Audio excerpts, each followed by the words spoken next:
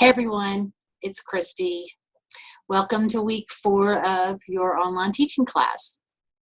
I'm going to do a video this week just so that you guys, I'm taking my glasses off, just so that you guys can see the difference in what it's like to have a video for a class. This week's a little more complicated than other weeks, so I wanted to have a video to show you how to navigate the class, to set up your Moodle modules for week 4.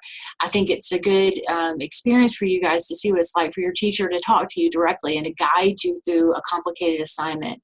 This is a really common practice in online teaching when you have any sorts of high stakes assignment or anything that could easily be complicated to the students. Just a quick video that that I'm just throwing together. It's not hard, it's not complicated. This takes me all of like 10 minutes to do because I'm just kind of talking from the hip like I'm used to doing in class, and I like to make it informal so that they kind of feel my vibe a little bit, I guess, to use their lingo. So what I'm going to do is I'm going to share my screen with you, and I'm going to take you through the assignments for this week. It won't take very long.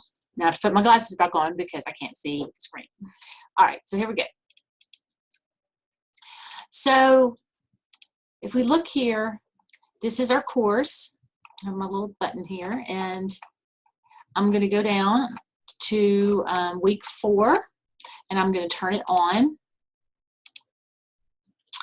And for week 4 assignments, when you click on week 4 assignments, you will see here it says, I have created a sandbox course and enrolled all of you in it. You will take the Moodle module you created last week and bring it to life in this sandbox course. So you're actually going to be moving out of this course right here into a secondary course that I have enrolled you in. And I'm about to take you to it, and there's a link to it right here in the course. So let me go down here again, and this needs to be shown. So here is the assignment, the graded, the lecturette is good this week, so you have to read those. I keep those real short. Create your Moodle module. So this is your assignment, and this is where the instructions are, and this is where the link to the other site is. So you click this. As you can see, I said this assignment takes place in another Moodle class. So we're going to click that link here in a second. So basically what I'm going to have you do this week is you're not submitting anything in this course. Rather, the outline that you created last week, you're going to actually create those assignments. You're going to create those quizzes. You're going to create those links and resources for the student. You're going to create one module completely for your online course. And everybody's module or week or topics might be slightly different, and that's the beauty of higher education and being in different disciplines. My English course is not going to look like Harvey Rubin's insurance course. It's just not going to be the same.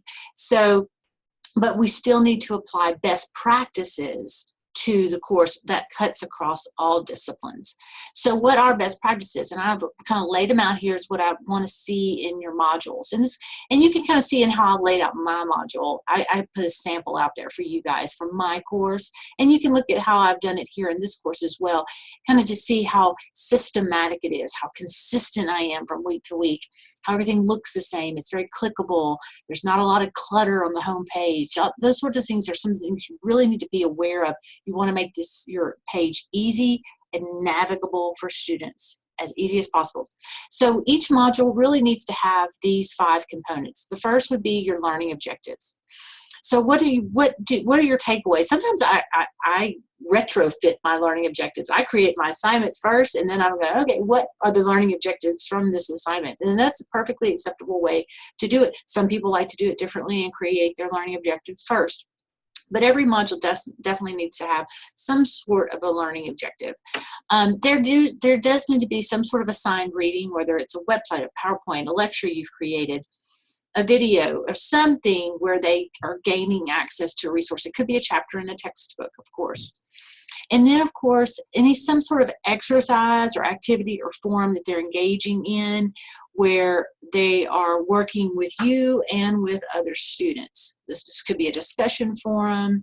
This could be them getting together as a group, or just having a Zoom virtual meeting.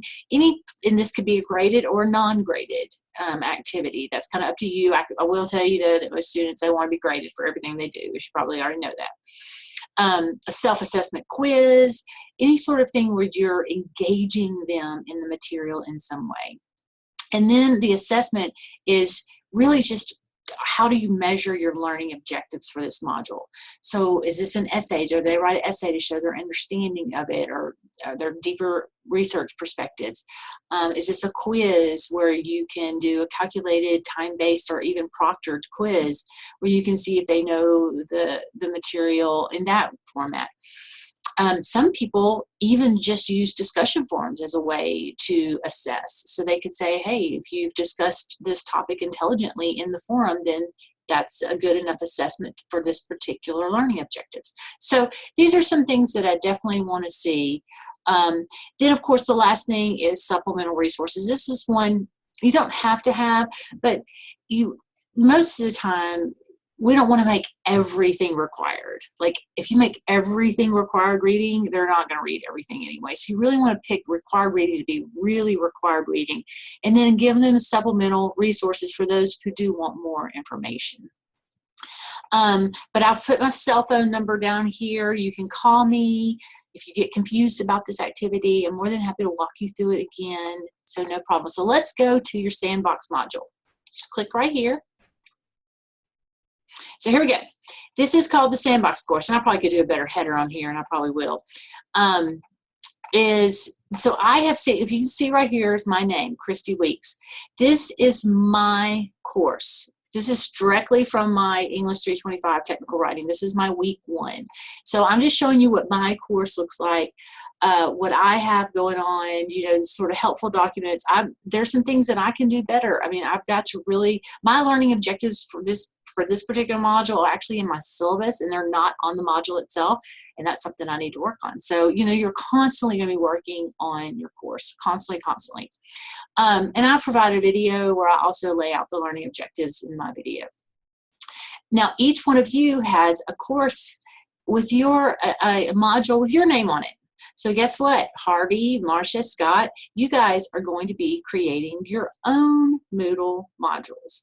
So you're going to go and click add an activity resource, and you're going to click forums, or you're going to click quiz, or you're going to click file, and all these things that you've been hopefully watching these Moodle videos that I've been putting out to help you understand how to actually create some of these items. And you are actually going to create a module right here. You are going to be listed as a teacher in this course, which gives you complete editing rights. And please know that anything that you create here, I can import directly into whatever course you want for you. And that way, you don't have to recreate it again whenever you actually do your online course. So that's a little plus for this. You already have some of it done.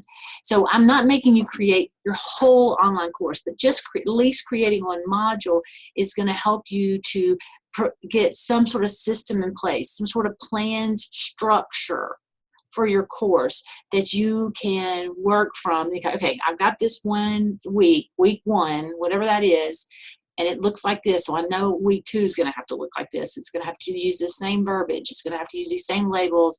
You're going to have these same kind of planned activities. They don't have to be the same activities, but it's got to be consistent throughout the course.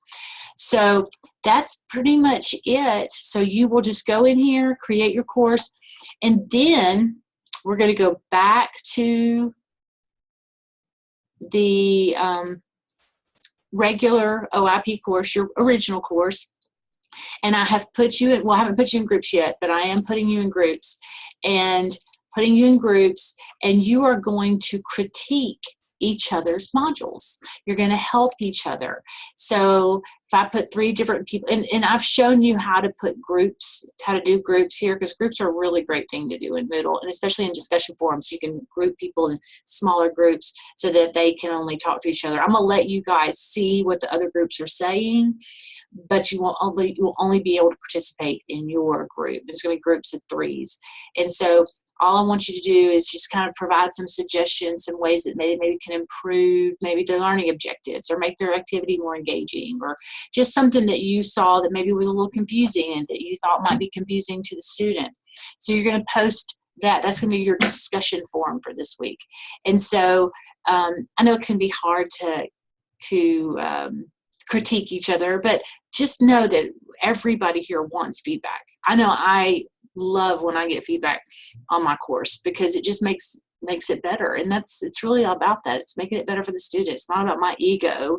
It's about what is best for the student, because I can tell you, as an online teacher, been teaching online since 2004, this one particular course in general, this course has changed significantly in these past years. I can't even, it doesn't even remotely resemble what I started out. And that is 100% because of the feedback I've gotten, the reviews I've gotten. Because once I created it, of course, I thought it was perfect. Of course, I thought it was great. I had done it. You know, it made sense to me. But that didn't mean necessarily it made sense to my users, my students. And I've really learned how to make my course very student-centered, how I have to make it visually appealing to them, how I have to draw them in, these millennials. I have to draw them in with my videos. I have to really capture their attention without overwhelming them with too much. Because sometimes what we do in online courses, I'm going to stop my share, sometimes what we do in online courses is we think we have to make up for the time that they would have normally spent in class. And sometimes that can equate to busy work. You certainly do not want to engage your students in busy work. Really think about what your learning objectives are. Why am I, what am I trying to teach them in this particular module? And will just a discussion forum handle that? Maybe so, you know, or maybe a short quiz, but you know, this reading, does it have to be 5 readings? Can it be 2 readings? You know, because you don't have to make up for time. All you're doing is trying to evaluate if they have learned the content. So sometimes I had one professor in this class one time who I guess was a math person, as you can imagine, was like calculating time and on each activity and how much time that would equal in course and tended, you know, and I get that, because that's what I did when I first started teaching was, well, this has to be, you know, and students will even ask me, how much time per week? I'm like, well, it just depends on so many variables. It depends on how familiar you are with Moodle. It depends on your reading speed. It depends on your writing speed, your typing speed. I mean, there's so many variables in an online course that can impact how quickly you can complete an assignment. I got students who tell me they spend 1-2 hours a week on my course. I got students tell me they spend 10 to 12 hours a week on my course. I mean, there's that big of a discrepancy. So, and you know, I don't know. It's just one of those things that you just kind of have to understand that there's going to be some students that are going to get the content quickly and they're going to go through it and they're not going to need a lot of help. And there's going to be other students where you're going to have to walk them through step by step by step. As you know, this is nothing unfamiliar to any of you who are taught in the face-to-face environment. So I don't want to talk too long. I could go on and on and on and on about everything, talking about online teaching, because I love to talk about it. But I like to keep my videos short, keep them manageable. I hope that this was helpful for you, and have a good week 4. Thank you so much.